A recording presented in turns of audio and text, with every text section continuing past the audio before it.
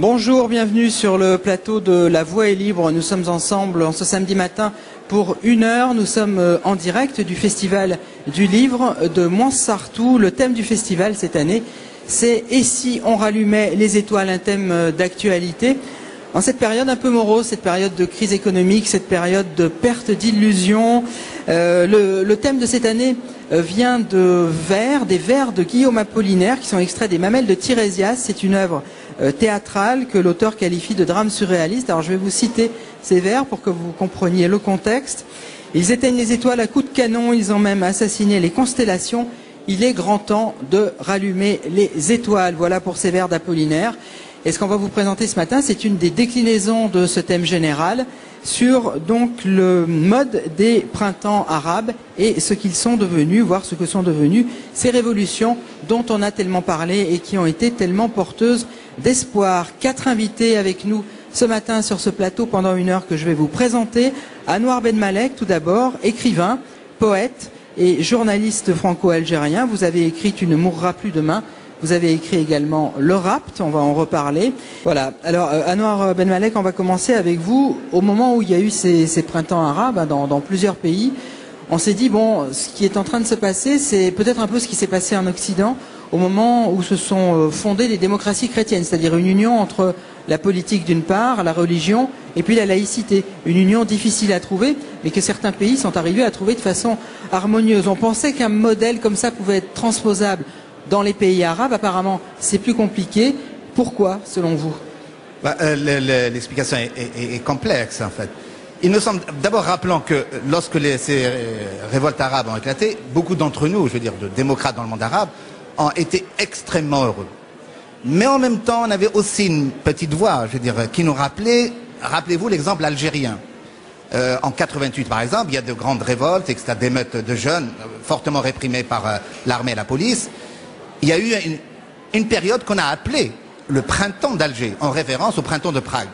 Mais très rapidement, la réalité profonde des sociétés dites arabes, dites assez rapidement arabes, est revenue la place très importante de la religion qui imprègne tout, qui fonde tous les raisonnements. Dans le monde arabe, quand on parle de démocratie, pour la majorité des gens, c'est d'abord le droit de vivre sa foi dans tout ce qu'elle implique, c'est-à-dire le côté politique, religieux, etc., etc. Donc, je pense que là, je crois qu'on a trop pris nos rêves pour de la réalité. Le monde arabe va être confronté à cette lutte que l'Occident a menée il y a à peu près un siècle, la place de la laïcité dans la société arabe. Pour le moment, elle n'est pas prête, parce qu'elle considère que pour la démocratie, c'est la voix de la majorité. Non, la démocratie, c'est la voix de la majorité plus le respect de la minorité.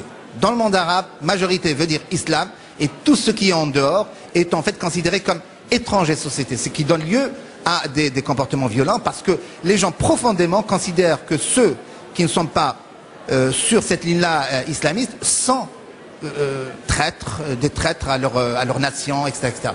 Donc c'est très violent comme... La question principale que va devoir affronter le monde arabo-musulman, c'est est-il prêt à accepter une espèce de laïcisation de la société? On en est loin, je pense. Une question à tous les deux, Anouar Ben Malek et Ben Salama. Est-ce que vous êtes d'accord avec ce que vient de dire Jean-François Kahn, c'est-à-dire que l'intervention occidentale en Libye, a été un tournant dans l'évolution des pays arabes, ailleurs également, hein, pas forcément en Libye? Je suis d'accord et pas d'accord. L'impact, par exemple, de ce qui se passait en Libye sur le Mali est patent, je veux dire. C'est un malheur. On a transporté un malheur de la Libye vers le Mali, et ça, c'est terrible pour le Mali.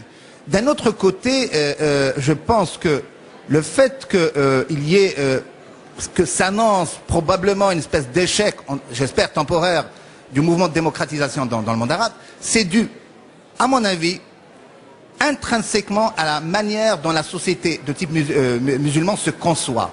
Elle se conçoit comme une société totalisante où la foi, l'islam occupe toute la place dans la société. L'intervention occidentale peut aggraver ça ou pas, à mon avis, c'est secondaire. Ce qui est, par exemple, on l'a vu dans le cas algérien, Dès que vous donnez la possibilité de vote libre aux islamistes, ils la saisissent pour ensuite dire que nous ne serons démocrates que le temps d'avoir le pouvoir. Ensuite, nous ne permettrons pas aux autres qui ne pensent pas comme nous, je veux dire profondément, les laïcs, comme dit Maïssa Beg, considérés comme athées, etc., tout cela seront mis à l'extérieur du peuple. Il y aura une espèce de démocratie islamique, comme en Iran par exemple, où les gens, à l'intérieur d'un cadre accepté qui est le cadre musulman, ont des opinions différentes. Mais ce n'est pas la démocratie au sens réel. Pour moi, la démocratie, et je l'insiste, plus que la loi de la majorité dans le monde arabe, c'est d'abord le respect des droits minimaux des minorités.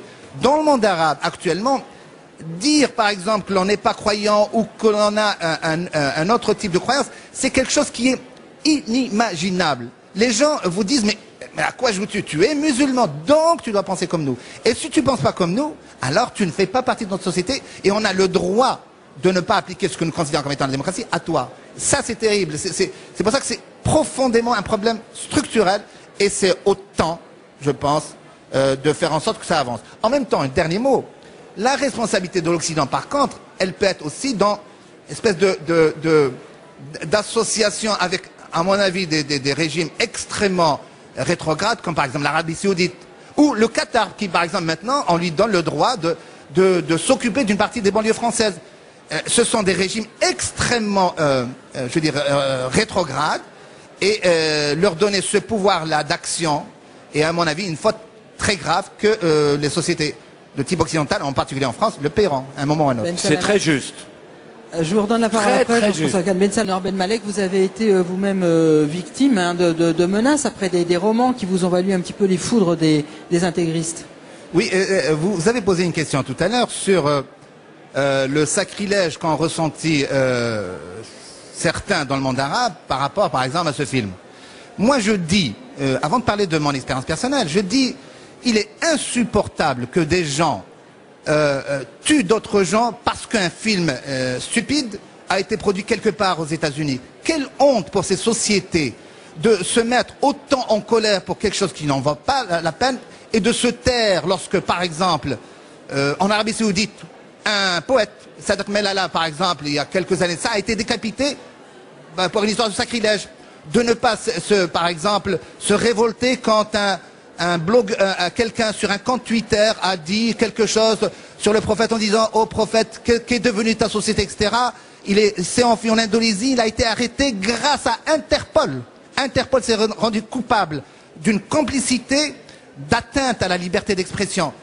Regardez la manière, la très grande sollicitude quand certains, pour l'Arabie Saoudite et Bahreïn par exemple, a fait des choses, a mis des gens en prison parce ils s'étaient révoltés pacifiquement. Personne n'en dit mot. Alors, mais je pense qu'il y a de toute manière un moment où il va y avoir une forte tension parce que le droit au blasphème, quand on parle de mondialisation, n'est pas seulement un droit, c'est une obligation parce que chacun a des croyances qui sont pour l'autre un sacrilège. Si on n'admet pas la liberté de croyance, alors que chacun s'enferme chez soi et ne parle pas de respect de sa propre religion quand il ne respecte pas la religion des autres. Je dis que dans le monde arabe, il est temps d'admettre qu'il y a un droit naturel à n'être pas d'accord sur les fondements sacrés. Absolument. Moi, je dis, j'ai le droit à dire que telle et telle chose me paraissent ridicules, même si elles sont sacrées pour certains. Ce moment-là approche dans le monde arabe. Et donc, les réactions vont être très violentes. Je veux dire, quand je vois, par exemple, de tels manifestants, moi qui suis issu de ce monde arabe, je dis que c'est de la sauvagerie, de la barbarie. Je pèse bien mes mots, sachant les relents racistes que ça pourrait avoir.